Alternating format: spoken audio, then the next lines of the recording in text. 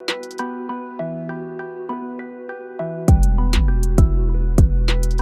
people, welcome back to The Fix. It's your boy Naro here with Ari, Quik Fix. That is Ari. For the people who aren't familiar with what Quik Fix is all about, now tell them. You should have said, hey, it's your boy Naro here with Ari, and welcome back to The Fix. Quik Fix, that is. Kind of mess it all around. Javi, if you're listening to this, I can't wait for your return. I just can't wait. Anyways, let's jump right into it. So, Quik Fix, guys, for those who are uninitiated, it's a roundup of the news that we missed throughout the week. So let's get started. So Xyclone, did he shade Skilli fans? You think he did? I don't know. Let's see. So whenever Xyclone is in the news, he's usually celebrating a Billboard charting success. This time, it's no different, except this time he's outsold arguably one of Jamaica's hottest artists, Skillibeng, when both their albums dropped on October 15th. So Xyclone revealed that it was actually a coincidence that both of their albums dropped on the same day, and that he put together his Sounds of South America project in 2 days. So Xyclone sold 1,065 in pure album sales, while Skilli sold 123. So Xyclone revealed the secret to his success is due to his migration to the US, and that his fans, especially those in his home state of Maryland, supports him by actually, get this, buying his album. He also mentioned that he caters to a different audience than Skilli because they are both different artists. This is Xyclone's 7th album and his 6th Billboard charting project. What do we make of Xyclone's comment, Naro? Oh, I want him kind of share this thing. Okay. I say, yo, you're a fan them to buy. You're a fan them poor. My fan them have money. That's the best. Oh, go on. He might lie though when he might say that it's just coincidence that him so happened to put it out on the same day. I think this was calculated. I think this was well thought out. I think that he bet on himself that he would outsell Skillibeng based on his prior track records, a track record of charting on the reggae Billboard chart. I think this was calculated. I think that he knew what would happen if it's that he outsold one of the most talked about dancehall artists in the game right now. How bad it would look on Skilli and how good it would look on him. So I don't buy when him say it's coincidence. I think that was well thought out and calculated. But yeah. Well, it was a coincidence. It can be a coincidence. Well, is it a coincidence because him say him put together in 2 days? Well, so was it 2 really days? Wasn't a was coincidence. Like we know when Skilli album was dropping. Exactly. So was it 2 days before they know when Skilli gonna drop him album or after? Because if after, it's easily not a coincidence. You see me? Yeah. So that's the semantic. That's the semantic thing. I was. Yeah.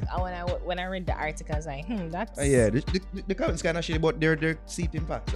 Yeah. Because we spoke about this earlier, on the podcast, saying that, really and truly, it's a different. It's really different. Xyclone and Skillibeng are two completely different artists. More so, I think Skilli did a poor job in marketing and promoting his album because the target audience, like, did they even know, and where and who and how to sell your album is really and truly a whole different ball game now. You can't just put out a project and just think that that's going to be it. So Skilli have some probably work to do in his marketing. I think he has a marketing team. He should. He's a brand.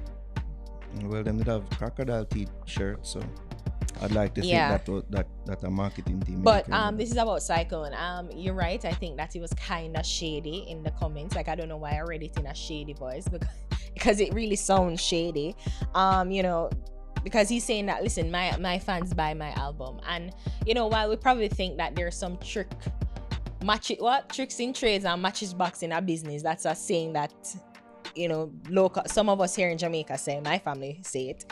So they probably do some things where we not really, like him do some things. Me not say bandul, and me not try shit on Xyclone, but I'm just saying, like, probably some stuff, and he's just a better marketer. All over, maybe that's it. Like he's probably a better marketer, and he's able to activate his fans, which is really what it's all about. So even if it's some bandul to interject, make it look obvious, the bar wasn't set very high, 1,065. Yeah. Just cross this. Yeah. And then the headlines wouldn't have been say, Xyclone outsell you. I think it was a fair bar to another thing too that I wonder too is like who was the person or who were the people who decided like, oh, let's put this out, like no one was talking about Xyclone in Arabian is the album, but like who was the one who realized that, oh, like Xyclone sold Skilli? Because I'm just like, I didn't even know he was putting out an album. I didn't know where this come from. When you see the numbers, you're going to see that what? He's there. So yeah, like, well,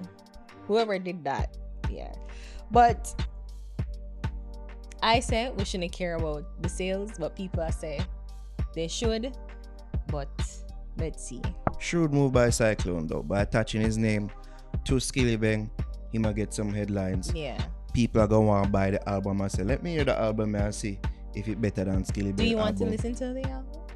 To Sounds of South America. I'll give it a listen, why not? Okay. Because I'm like, what is the sound of South America? Yeah. So yeah. From a dancehall artist. Yeah. So I'd probably South American people don't take offense to it. You'd have to ask the Brazilians. I don't and you are going and the Argentinians. I don't know. Did he stay true to the South American sound? So big up Xyclone.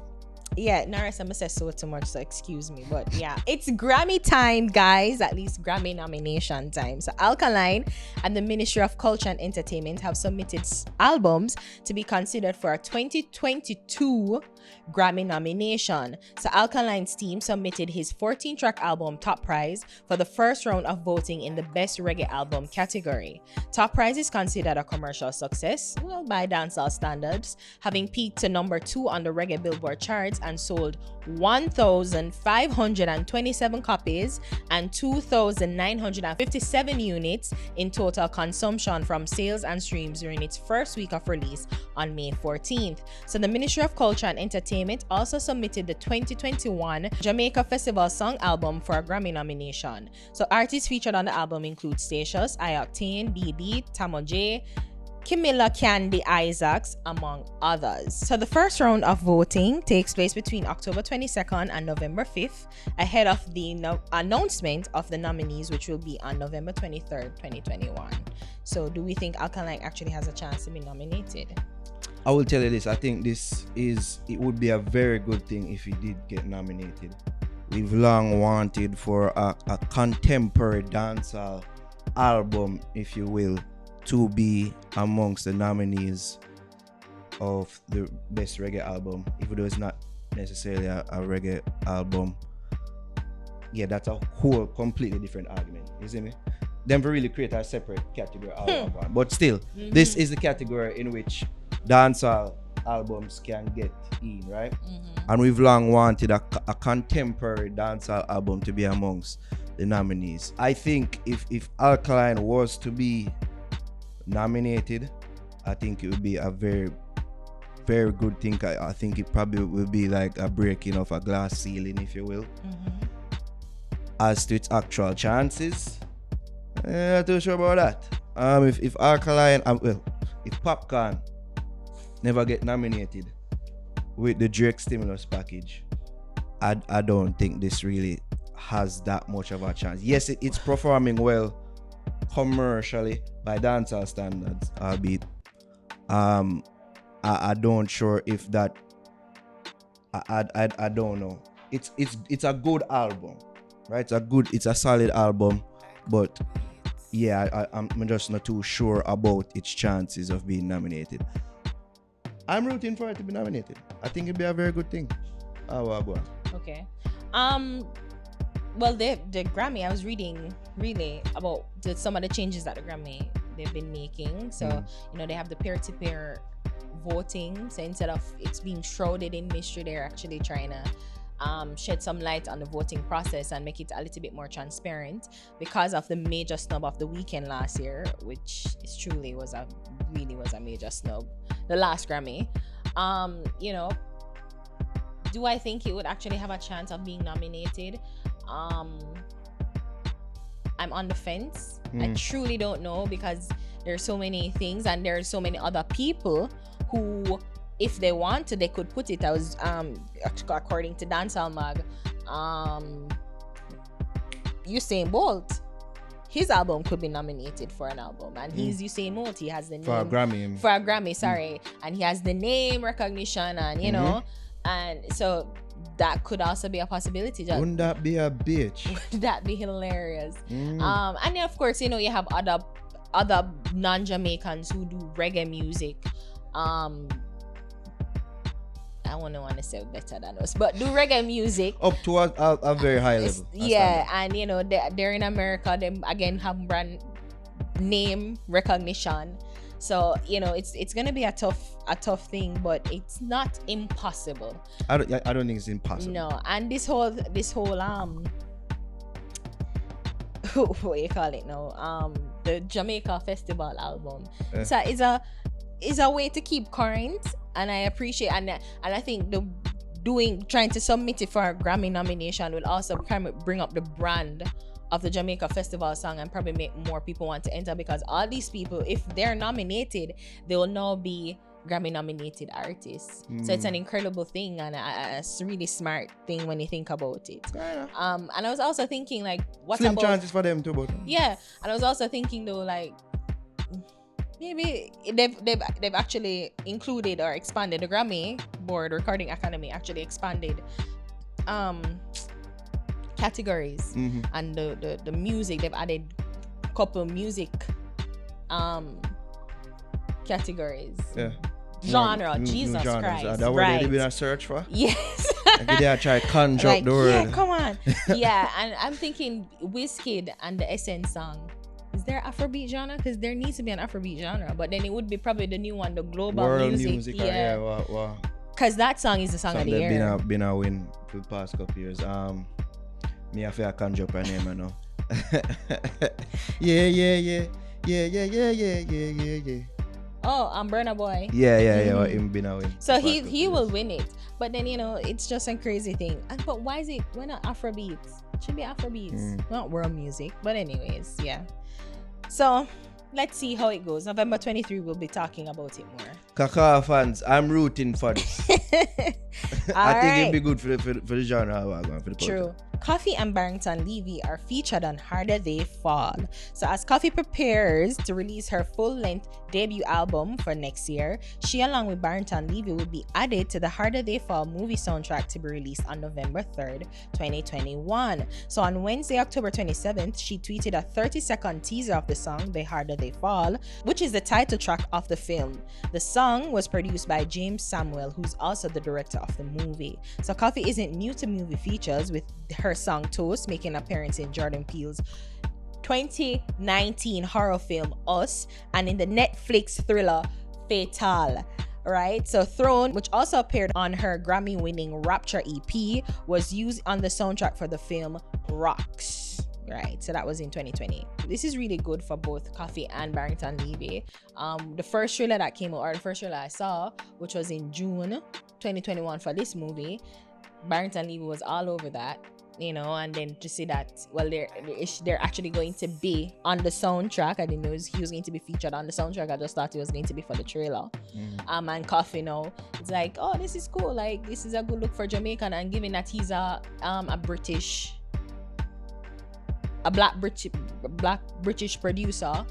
director, James Samuels.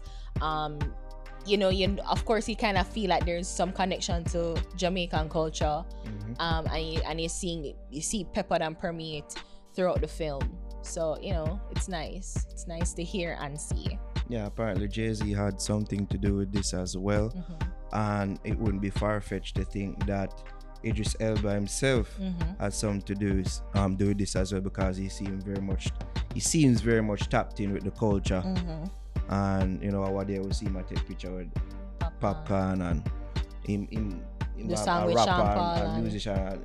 Whenever him do film musician thing, him always dip in a dancer and the little, you know, grime UK movement to go on, you know. So yeah, shout out to the Grammy kid, Koffee. It always pleasing to the ear to hear whenever a song them feature in a like a movie soundtrack and them thing. I mean, just watch a movie and say, hey there, toast that.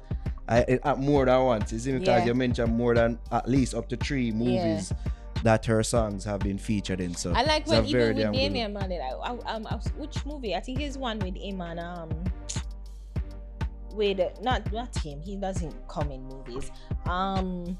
Michael Ealy, when he was a crazy person. When he was a stalker, and yes, like there was like a little Jamaican club in that one. Yeah. I think he's Sana Lathan. I don't remember the name of the movie, but yeah, when you hear like a dancehall track or a dancehall song, reggae dancehall song, he's like, oh yeah, us. Our music is really global. Sometimes you forget the reach and the expanse of the shout out to the Grammy kid. The movie I was going based on the trailers, it look bad. Yeah. The reviews it's been a get good reviews. And James Samuels, he said that he's a major fan of Barrington Levy and he had to use him. So that's also really a good look for Shout out Barrington Levy. So yeah, that's nice. All right. That's my transition word. All right. Masicka finally confirmed album release date. So Masicka finally shared the date of his highly anticipated debut album, 438, on Instagram on Thursday, October 28th. So the release date, which is December 3rd, was revealed with a graphic on his IG, along with the name of the 5th track from the LP titled Love Story. The music video for Love Story premiered today on YouTube and is the first official track from the project, which is said to contain 15 tracks. So are you anticipating? Are you excited? So full disclosure, we record this on Thursday, so we have not watched or heard Love Story. Yeah. So I guess we'll comment on it on the podcast. But I mean, I guess it's nice to see that it's actually going to happen. His album is going to be released. He's set on a date. It's set in stone. Cracks. Kinda. Yeah. Anything can happen, right? Look, but I think he will meet the deadline. The fans are threatening to ride. I don't know if you noticed, but Crack fans been angry, and some of them still angry because they must say, yo, so far after I've been a tell about the album for the entire year, we are December. He's ending 2021 on a high. So yeah, I'm anticipating the album. I'm gonna be excited for it. I say that, but I'm anticipating. I've been saying, yo, this I wanna the album them want hear from the year start for 2021, and yeah, it cool said finally have a release date. The Cracks them can finally rejoice and take some peace in knowing say, yeah, there's an actual date in mind. It's no longer a myth. It look like it actually go forward. As I said, we don't get to hear Love Story yet, but update. It looked like it was a nice little promotional single for the album as well. What look like it had the road. So yeah, looking forward to hear the album. It seems as if he's gonna give us something for the new year and for the Christmas. Well, and I'm thinking he's gonna lead us into the new year. So yeah, he's ending 2021 on a high. It's been a very shit year. It's been a shitty 2 years. So let's see if he's gonna set us on the right track for 2022. Masicka. Can't believe so Masicka is going to be the person that sets the nation on the right path. Wow. Why not? Wow. Why not? Why not? Let's listen. Anyways, guys, that does it for Quik Fix. Leave a comment down below. Tell us what you like. Like, share, subscribe. Follow me on Instagram at ARIHAMMOND. What is this? Yo, what was that? Yo, people, tell her if you like what she does now. I don't know what the fuck it is, but just let her know. Say, yo, it was weird and very off-putting. I feel like I'm hot. Like, oh, I'm hot. I'm so hot. Our Lothians full up in that we sing. I don't know what them put now.